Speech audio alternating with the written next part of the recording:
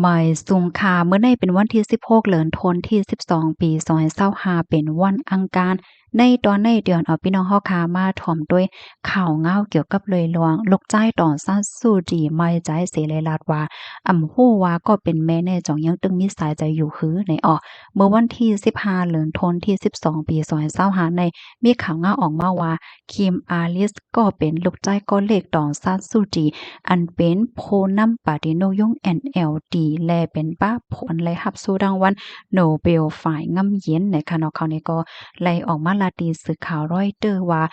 ไลรับลองติดต่อกับสืบดีก็เป็นแม่มาข้าวตั้งหลายปียาวนะคะก้อยไล่รับข้อมูลตั้งออมเป็นปอกเป็นกำเกี่ยวกับลอยลวงป้ายอยู่ลีว่าที่เป็นตั้งเป็นโฮใจตั้งเป็นหลุบและตั้งเป็นเกี่ยวเลยลองขึกเจอในนะคะเอาไว้หลังเสก็เป็นแม่บรรจายถุงยาติงยอบก้มโตเจอเมื่อปี2021ที่ป่นมานั่นเมื่อเลี้ยวในตอนซ่านซูจีอายุอาสักมี80ปียาวถุงยาติงยอบก้มโตโดยของสีซึกมาเนี่ยค่ะแลปันขว้างให้คบทบกันตั้งก้นในนาขอต่อเฮิรนแลจุ่มฝ่ายโพตังนาในมาข้าวตั้งหึง2ปียาวในเมื่อเลี้ยวก็เป็นลูกจ้ายก็เป็นอันไม่ใจจอมหลวงป้าอยู่ลีก็เป็นแม่แต้ๆเนี่ยค่ะมันใจลาดว่าเมื่อเหลียวในไม่ใจจ้อมก็เป็นแม่ได้ฮู้ว่าแม่ได้มีไว้อยู่ที่แลตั้งไหลรู้สึงสายใจกว่าเย้าหือก็โม้ย้อนเปาว่ามีภายไลฮู้รู้ว่ามันนางมีไว้อยู่ที่ไหลตั้งไหลเฮ็ดไหนคะตอนซาซูจีในถุงยาแดบดัดปันตัวตามคอกตาข้าวตั้ง27ปีรวยตั้งพิษหลายอโมกคดีเนี่ยค่ะเนาะก้อยกะว่ามันนางที่ก่อปากแปดตั้งหมดไว้เฮ็ดจังไหนคะก็เป็นลูกจ้ายลาเทียงว่าไขย้อนเฮของไห้ ลงปองจึงหลายวันหลายเมืองแคนดอปันแห้งอีของเสียซึ่งมานเขาเสียวและปล่อยปันโตก็เป็นแม่ไว้เสกำเนี่ยค่ะบรรจายนั่นในไข่ออกมาลาดและมาตรงหนึ่งจึงในหลอก้วยกะว่าจังเฮ็ดจึงหือก็เปว่ามันใจในเป็นลูกก็เป็นลูกก็ไม่ใจแม่และไข่ทบแม่ว่าไหนข้อมูลตอนในคาเลปีมาที่ห้องการข่าวรอยเตอร์ออกไว้เนี่ยค่ะพี่น้องเฮาคาถ่อมขาโคในยาวหันเทินจังหือพองค่ะตอนได้ก็มีข่าวเงาโหในก้วยเนี่ยค่ะเนาะ กำในค่ะเดี๋ยวย้อนมาอ่านตั้งหันถึงพี่น้องเฮาหน่อยค่ะข่าวเงาในตอนในพี่น้องค่ะหันถึงจึงหือพวงในตอนตาข้าวใส่หมอหอมได้ก็หันถึงว่าเพราะว่าเฮาคามาโดยในฐานหน้าที่เป็นหน้าหอต่อเฮิรนค่ะเนาะมันก็เป็นเหมือนหนังลูกใจเนาะก็ไม่ใจแม่ใครทบแม่เสียก็จ้อมหาแม่ให้แน่เมื่อใกล้ในคากว่าหาด้วยแคบหางค่ะนะลูกใจก็เล็กแน่เนี่ยก็ใกล้หันเขากว่าไปจอมก็เป็นแม่ค่ะเนาะจังหนังตีหันตีในแคบหางในยาวเฮ็ดจังไหนค่ะค่ะกำในก็ได้ย้อนมาอ่านตั้งหันถึงพี่น้องเฮาเย้าหน่อยค่ะถ่อมกันอยู่ที่ไรตั้งไหลพองค่ะใบสูงค่ะเฮาก็ไรใจกินยาจุ่มเนี่ยเนาะหลีเหย้าค่ะเพราะเป็นไรในแต่ก็อย่าไปละลีซื้อมากินเนาะมื้อแต่กินนั่นแต่ก็มันก็ได้เฮ็ดอสังว่าหายกว่าเฮ็ดจังไหนนะกุ้ยกะว่ามันซ้ำไรหายแต่ค่ะเนาะกำกุ้ยไหนมันไหนก็ขึ้นปอกมาเหย้ากุ้ยกะว่ามันเตจังตื้อตับตื้อไต พี่ๆน้องๆเข้าค่ะว่าเฮ็ดจังไหนคะค่ะจ่องได้ยินเสียงเหลียแจ้งแรงค่ะต้องตากันบ้านอะไรอยู่เนี่ยค่ะเนาะ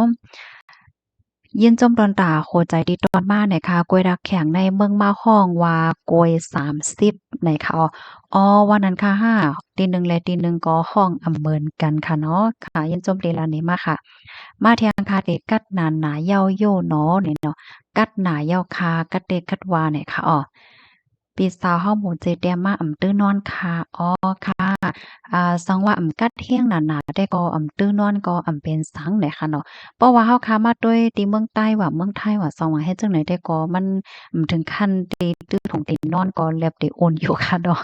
แกวว่าเป็นตั้งเมืองในค่ะนะอะโลมันกัดหนามาเร็วในตั้งนอกของนอกเคินในเป็นน้ำแข็งหมดค่ะนะกูก็ว่ายเสมวยตกย่ำใจมันไปเจอหมดค่ะมาเร็วเพราะว่าเปิดพักตัวกว่าต้วยเนี่ยก็ ตึกเผิกกว่าเซ็งให้ไหนเนี่ยมันจะถึงเปิ้นเอาก้อนน้ำแข็งมาตั้มให้นั่นนะ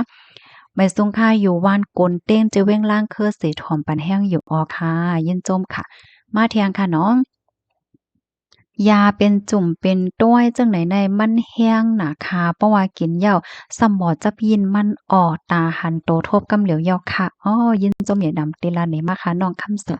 แม่นแต่ค่ะเพราะว่ากินเหย้าไหนมันเตเคียงแต่หนังว่าเนาะมันก็เหมือนจังว่าหายกว่าให้ไหนก้อยก็ว่ามันหายแต่เนาะกับมันก็ขึ้นเป็นขึ้นเสร็จแล้วมันเติดตับเติดไตแห้งหน้าเนี่ยค่ะ มาเที่ยงค่ะพี่จ้ายพี่จ้ายพี่อ้อมๆหน่อยค่ะเนาะค่ะแต่ก็เฮ็ดกินหลายวันแล้วค่ะยินจมแต่ค่ะโอ้ใจค่ะยินหลีค่ะเพราะว่าพี่น้องค่ะรายจ่ายตั้งโฮตั้งหันเกี่ยวกับไปลองยายาเดใกล้หาข้อมูลเหี่ยวก็มาสืบปืนแพเนี่ยค่ะเนาะก็นั่นแล้วค่ะมันก็หลีกินค่ะเนาะฮ้อนๆใหม่ๆอ่อนเฮ็ดจั่งใดคะนะนำข่าหอมนำขิงว่าหั้งให้เนี่ย มาเที่ยงคาปีจ้ายอ่องเฮาไหวสงคาอยู่ที่สีป้อเสทอมปันแห้งอยู่กูข้าวย่ำค่ะไล่ถ่อมขาวเหย้ามีตั้งแลเซียวโอ้โฮหลีเด็ดๆค่ะ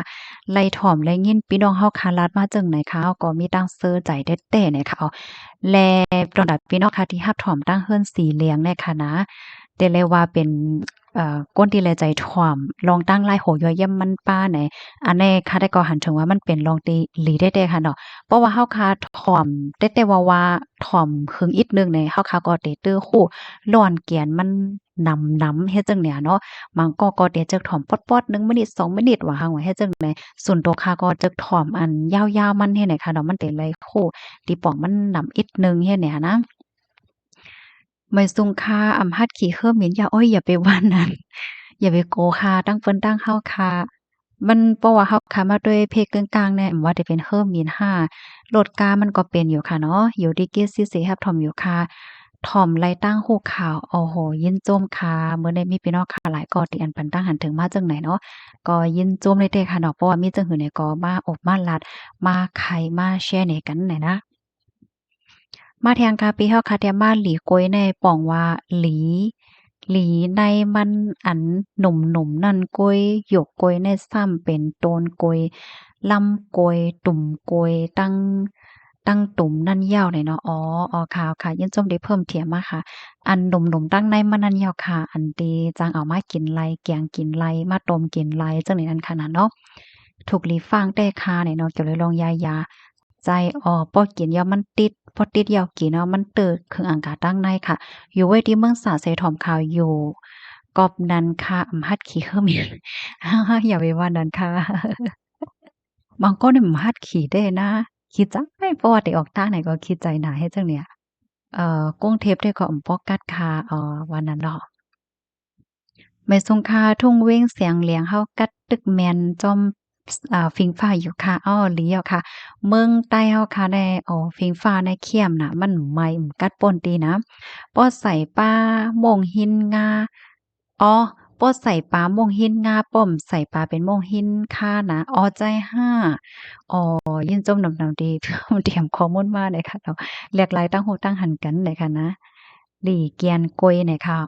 หลี่เกียนกวยเนี่ยเนาะค่ะยินจมกูก็ดีครับถอมปันแห้งค่ะย้อนให้อยู่หลีกินหวานในรสเพศกันค่ะไม่ทรงค่ะ